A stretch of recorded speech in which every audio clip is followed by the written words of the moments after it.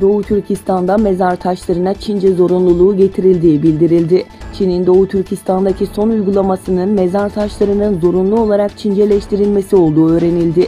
Bu durum 1989 yılında Bulgaristan Komünist Partisi'nin Türklere uyguladığı mezar taşlarında Bulgarca zorunluluğunu hatırlattı.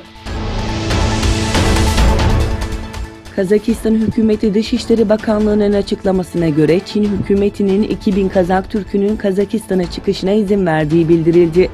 Bu 2000 kişinin sözde eğitim adı altındaki Nazi kampları uygulamaları başladığında eşleri ve çocukları Kazakistan'a sığınan kişilerin BM, ABD ve AP İnsan Hakları Komitelerine, uluslararası insan hakları kuruluşlarına, aile bireyleri ve akrabalarının kurtarılması için görsel, video ve yazılı dilekçe veren parçalanmış aileler olduğu dikkat çekti.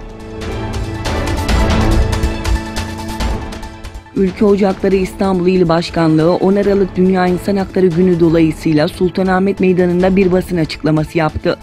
Doğu Türkistan'da yaşanan insan hakları ihlallerine tepki göstermek amacıyla ellerini zincirleyen Ülke Ocaklılar yüzlerine de Doğu Türkistan bayraklı maskeler taktılar.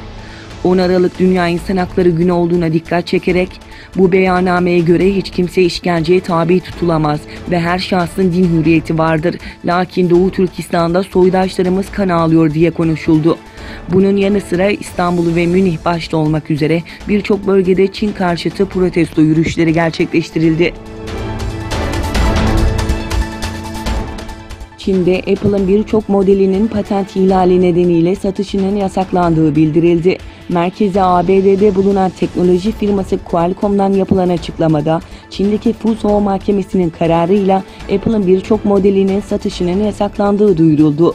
Açıklamada iPhone 6s, iPhone 6s Plus, iPhone 7, iPhone 7 Plus, iPhone 8, 8 Plus ve X modellerinin satışının yasaklandığı kaydedildi. Çin'de polis tarafından kiliselere yönelik operasyon başlatıldığı ve operasyon kapsamında çok sayıda kilise lideri ve cemaatten kişilerin gözaltına alındığı iddia edildi.